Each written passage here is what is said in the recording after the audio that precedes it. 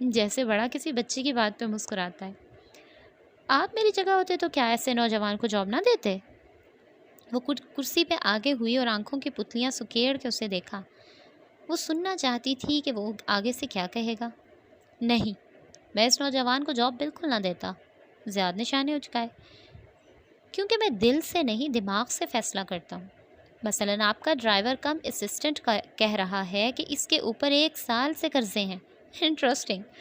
مگر آئی فون کا جو ماڈل اس کے ہاتھ میں تھا وہ بھی ستمبر میں ریلیز ہوا ہے۔ ایک قرضوں کا شکار آدمی 6000 درہم کا فون اٹھا کے نہیں گھومتا، نہ ہی وہ ٹام فورڈ کے جوتے پہنتا ہے۔ سرمئی دیواروں والے آفس میں ایک لمحے کے لیے سناٹا چھا گیا۔ میں اپنے اچھے برے کی پہچان کر سکتی ہوں۔ میرا ڈرائیور چاہے مہنگا فون اٹھائے چاہے ڈیزائنر جوتے پہنے، اگر وہ میرا کام ٹھیک کر رہا ہے تو یہ میرا مسئلہ نہیں ہے۔ آپ برا مان گئی، میرا یہ مطلب نہیں تھا۔ زیاد کے چہرے پہ معذرتی تاثر ابھرا۔ میں صرف ایک بات کہہ رہا تھا، کبھی کبھی کسی کی نصیحت سن لینی چاہیے کشمالہ، یہ انسان کو بڑے نقصان سے بچا لیتی ہے۔ زیاد سلطان کے گہرے مشاہدے کی وہ صلاحیت جو اسے اس دن متاثر کر گئی تھی آج شدید بری لگی تھی۔ میں چلتی ہوں، مجھے کہیں پہنچنا ہے۔ کیا آپ کو مزید یہاں کچھ دیکھنا ہے؟ وہ گھڑی دیکھتی اٹھ کھڑی ہوئی۔ اس کی سبز آنکھیں اب بے تاثر تھیں اور پیشانی پہ شکنیں تھیں۔ زیاد بھی کھڑا ہو گیا۔ نہیں، میں بھی چلتا ہوں، لیکن امید کرتا ہوں کہ ہم دوبارہ مل سکیں گے۔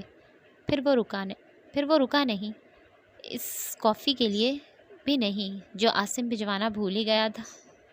سر کے خم سے اسے خدا حافظ کہا اور لمبے لمبے ڈگ بھرتے ہوئے وہاں سے نکل گیا۔ کشمالہ نے اسے لفٹ کے دروازے کے پیچھے گم ہوتے دیکھا تو واپس بیٹھ گئی۔ کوہنیاں میز پہ بچھا دیں اور چہرہ ایک بازو پہ رکھ لیا۔ میز پہ گرد کی ہلکی سی تہہ تھی، اس نے اس پر انگلی سے لکیر کھینچی۔ دستک پہ نظریں اٹھائیں، کیف چوکٹ میں کھڑا نظر آیا۔ وہ ٹال اور ڈارک کہاں گیا؟ چلا گیا۔ وہ میز کی سطح پر لکیریں کھینچ رہی تھی۔ آپ اپسیٹ ہیں؟ غور سے کشمالہ کا چہرہ دیکھا۔ کچھ سوچ رہی ہوں۔ وہ انگلی سے گرد پہ چند حروف لکھ رہی تھی۔ MALA۔ کیا؟ وہ کھڑکی سے ٹیک لگا کے کھڑا ہو گیا۔ جوگرز کی کینچی بنا لی۔ وہ سیدھا کھڑا نہیں ہوتا تھا، ہمیشہ ایسے ہی کھڑا ہوتا تھا، سینے پہ بازو لپیٹے، ایک جوتا دوسرے کے آگے رکھے۔ کیف، اس جگہ میں تمہیں کیا کیا خامیاں نظر آتی ہیں؟ بہت سی، گنواؤں؟ کشمالہ نے تھک کے اسے دیکھا۔ وہ عاصم کی کامیابی پہ خوش تھی اور یہاں سب کو خامیاں ہی نظر آ رہی تھیں۔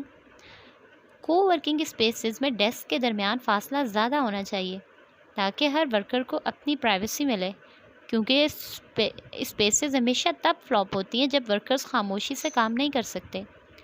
لوگ یہاں جس سکون کی تلاش میں آتے ہیں ان کو وہ ملنا چاہیے، ورنہ وہ گھر ہی میں کام کر لیں۔ وہ واقعی انگلیوں پر گنوا رہا تھا۔ دوسرا، تمام ہالز میں آرکیٹیکچر کی تھوڑی سی غلطی ہے۔ بہت سی جگہ ڈیکوریشن میں ضائع کی گئی ہے، بالخصوص کونے، وہاں بہت کوزی سے کارنرز بنائے جا سکتے تھے۔ کشمالہ نے ایک نظر کھڑکی کو دیکھا، پھر لائٹنگ کو، پھر گرے دیواروں کو۔ کیف نے ان میں سے کسی کا ذکر نہیں کیا تھا۔ اور اس پوری بلڈنگ میں ایک چیز کی کمی ہے۔ وہ مسکرایا۔ پودوں کی، ہے نا؟ وہ بھی ہلکا سا مسکرا دی۔ ساری بد دلی اور کلفت دور ہونے لگی۔ جیسا کہ آپ کہتی ہیں کشمالہ بیبی، رنگوں کی اپنی زبان ہوتی ہے۔ سبز رنگ تو پوری لغت ہے، یہ کریٹیوٹی کا رنگ ہے، یہ ذہن کو فریش کر کے اس میں نئے آئیڈیاز ڈالتا ہے۔ عاصم کو صرف ایک مشورہ دیں کہ بلڈنگ میں پودے اور سبز رنگ کا اضافہ کرے۔ اور یہ آفس، اس کی سوئی وہیں اٹکی تھی۔ یہ کیسا ہے؟ جنت ہے۔ لاہور میں کارنر آفس بھی اس قیمت پہ کہاں ملتا ہے۔ میرے پاس پیسے ہوتے تو فوراً اس جگہ کو لے لیتا۔ تمہیں کم روشنی یا باہر کے منظر سے مسئلہ نہ ہوتا؟ وہ ہنس دیا، گال کا گڑھا واضح ہوا۔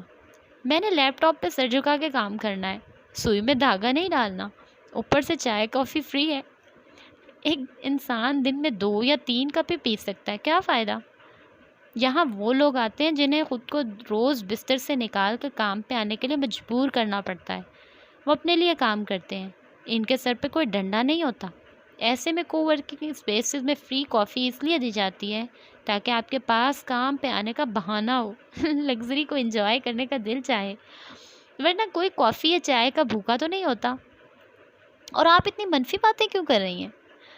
2-4 آرکیٹیکچر کی غلطیاں تو ہر بلڈنگ میں ہی ہوتی ہیں، مگر عاصم اس جگہ کو اچھا مینیج کر رہا ہے۔ کچھ نہیں، گھر چلو، ماں اکیلی ہوں گی۔ وہ ہاتھ جھاڑتے ہوئے اٹھ کھڑی ہوئی۔ وہ عاصم سے نہیں ملنا چاہتی تھی، عجیب شرمندگی سی محسوس ہو رہی تھی۔ جاتے جاتے رک کے کیف کو دیکھا، پھر نظریں اس کے ہاتھ میں پکڑے فون تک گئیں۔ اس کے جوتے یقیناً ریپلیکا تھے، لیکن فون تو اصلی تھا۔ اس نے پہلے نوٹ کیا نہیں۔ تم تو کہہ رہے تھے تم پہ 1 سال سے قرضے ہیں، پھر آئی فون کا یہ نیا ماڈل کیسے خریدا؟ کیف نے گھبرایا، نہ پریشان ہوا، ہلکے سے جانے اچکا دیے۔ میں نے کب کہا میں نے خریدا ہے؟ گفٹ ملا ہے۔ اتنے مہنگے گفٹ کون دے سکتا ہے؟ ایک لڑکی نے دیا تھا۔ امیر لڑکیاں مہنگے ہی گفٹ دیتی ہیں، سب آپ کی طرح نہیں ہوتی جو صرف تنخواہ دیں، وہ بھی لیٹ۔ کشمالہ نے گھور کے اسے دیکھا اور آگے بڑھ گئی۔ اس کی ہیل کی آواز سارے کوریڈور میں گونج رہی تھی۔ کیف نے سینے پہ مقید سانس کو خارج کیا، کوفت اس فون کو دیکھا اور نفی میں سر ہلایا۔ وہ کتنا کچھ چھپائے گا اس سے۔